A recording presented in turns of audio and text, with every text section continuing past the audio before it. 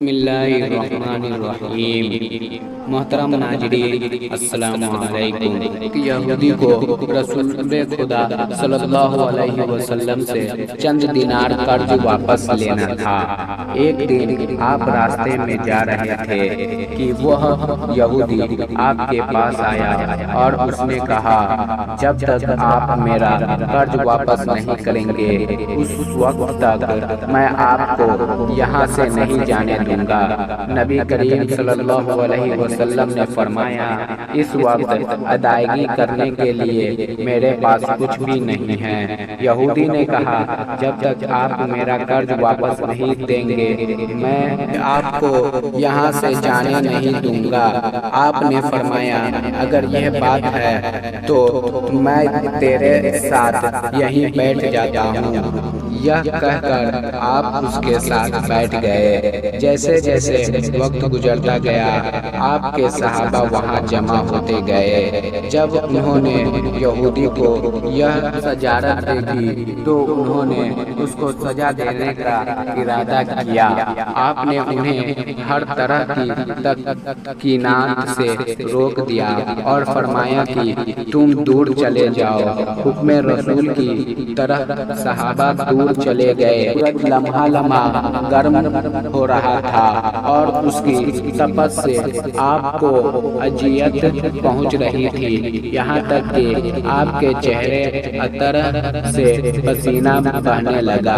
اس کے باوجود آپ نے کسی طرح کی غصہ کا اظہار نہ کیا اور کوئی سخت جملہ نہ کہا۔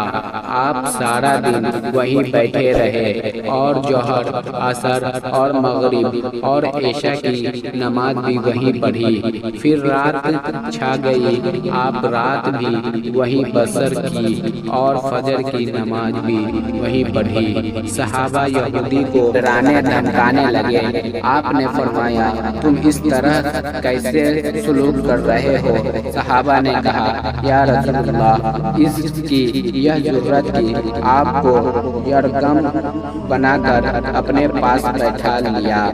حضرت رسول اللہ صلی اللہ علیہ وسلم نے فرمایا، اللہ نے مجھے اس لیے نہیں بھیجا کہ میں کسی ہم پیمانے یا کسی اور پر ظلم کروں۔ جب دن چڑھا تو یہودی نے کلمہ اسلام پڑھے ہوئے کہا، اشہد ان لا الہ الا اللہ وحدہ ان محمدا عبدہ رسولہ۔ میں اپنی دولت کا ایک حصہ راہ خدا میں دیتا ہوں۔ میں نے آپ کو اس لیے نہیں روکا تھا کہ میں آپ کی توہین کروں، ذریعے سے میں آپ کو پیمانے صبر کا آزمانا چاہتا تھا، کیونکہ توریت میں نے آپ کی یہ صفت پڑھی ہے، محمد بن اللہ مکہ میں پیدا ہوگا اور طیبہ کی طرف ہجرت کرے گا۔ وہ طوف اور سخت مزاج اور بیہودہ کوئی کرنے والا نہ ہوگا اور کوئی جھوٹی بات زبان سے نہیں کرے گا۔ اس طرح سے میں نے آپ کو یہ رکھ کر اس بات کی تصدیق کی ہے کہ تورات نے بالکل سچ کہا تھا۔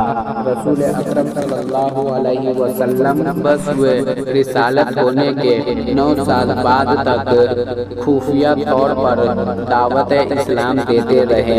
اس کے بعد اللہ تعالیٰ نے آپ کو حکم دیا کہ آپ کھل کر اللہ کا پیغام پہنچائے اور لوگوں کو خدا کی طرف دعوت دے۔ حج شروع ہوئے تو پورے جزیرہ العرب سے لوگ مکہ کی طرف آنا شروع ہوئے۔ نبی اکرم صلی اللہ علیہ وسلم کوہ سیقہ پر چڑھے اور اپنے بلند آواز سے فرمایا، فرمایا لوگوں میں اللہ کے رسول ہوں، تم اللہ رب العالمین پر ایمان لے آؤ۔ لوگوں آپ کی طرح منتظر ہوئے اور انہوں نے تعجب سے یہ اعلان سنا اور سب کی خواہش ہوئی کہ وہ اعلان کرنے والے کو دیکھے۔ پھر آپ صفا سے اتر کر مروہ آئے اور کہا پر بھی آپ نے 3 بار یہی اعلان کیا۔ جب ابو جہل نے رسول اللہ صلی اللہ علیہ وسلم کا یہ اعلان سنا تو اس سے سخت غصہ آیا۔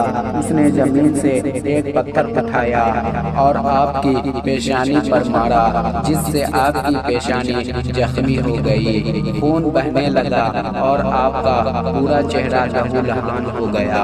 اس کے بعد تمام مشرکین آپ کو ایک پتھر مارنے لگا۔ نبی اکرم صلی اللہ علیہ وسلم مجبور ہو کر ابو قبیس پر چڑھ گئے اور ایک چٹان کے پیچھے جا کر چھپ گئے۔ مشرکین نے بھی آپ کا تعقب کیا، لیکن آپ انہیں کہیں دکھائی نہ دیے۔ ناکام اور مجبور ہو کر انہوں نے واپس آنا پڑا۔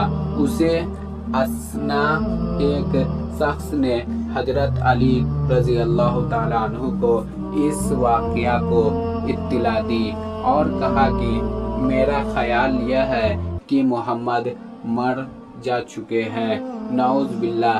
یہ سن کر حضرت علی علیہ السلام کو شدید دکھ ہوا اور آپ ام المؤمنین حضرت خدیجہ کبریٰ صلی اللہ علیہ کے پاس آئے اور اس نے کہا میں نے سنا ہے کہ مشرکین نے رسول خدا صلی اللہ علیہ وسلم پر سنگم کاری کی ہے اور بعض لوگوں کا یہ گمان ہے کہ نبی اکرم شہید ہو گئے۔ آپ روٹی پانی اٹھائے اور میرے ساتھ انہیں تلاش کرنے کے لیے چلے، ممکن ہے ہمیں اس کا کہیں نشان مل جائے۔ آپ وادی پر نظر رکھے اور میں پہاڑ کے دامن میں آپ رسول اللہ صلی اللہ علیہ وسلم کو تلاش کرتے ہوئے آپ روتے ہوئے آگے بڑھے اور آپ کہہ رہے تھے یا رسول اللہ ہمیں جواب دے، آپ کہاں ہیں؟ میرے آپ پر قربان، آپ کس وادی میں بھوکے پیاسے ہیں؟ آپ نے مجھے اپنے ساتھ کیوں نہ لیا تھا؟ حضرت خدیجہ رو رو کر فریاد کر رہی تھی بھی کوئی ہے جو نبی مصطفیٰ کو مجھے خبر دے کہ کسی نے انہیں دیکھا ہے، جو مجھے اس کی متعلق بتائے۔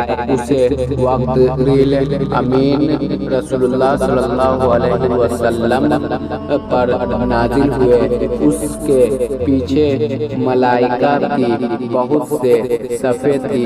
انہوں نے حضرت صلی اللہ علیہ وسلم سے کہا خدا بندے جبار نے ہمیں آپ کے فرمان کی تعمیل کے لیے بھیجا ہے، اگر آپ چاہیں تو ہمیں اس قوم کی تباہ کر دیں گے اور ان کا دنیا میں کہیں نام و نشان تک دکھائی نہ دے گی۔ رحمت للعالمین نے فرمایا میں یہ رحمت بنا کر بھیجا گیا ہوں، میں عذاب اور انتقام کا حامی نہیں ہوں۔ پروردگار میرے قوم کو معاف کر دے، وہ مجھے جانتے نہیں ہیں۔ دوستو اگر ہماری ویڈیو آپ کو اچھی لگی تو ویڈیو کو لائک ایوم دوسروں تک شیئر ضرور کریں۔ مزید اسی طرح کے ویڈیو دیکھنے کے لیے ہمارے چینل کو سبسکرائب کریں۔ ملتے ہیں اگلی ویڈیو میں، خدا حافظ۔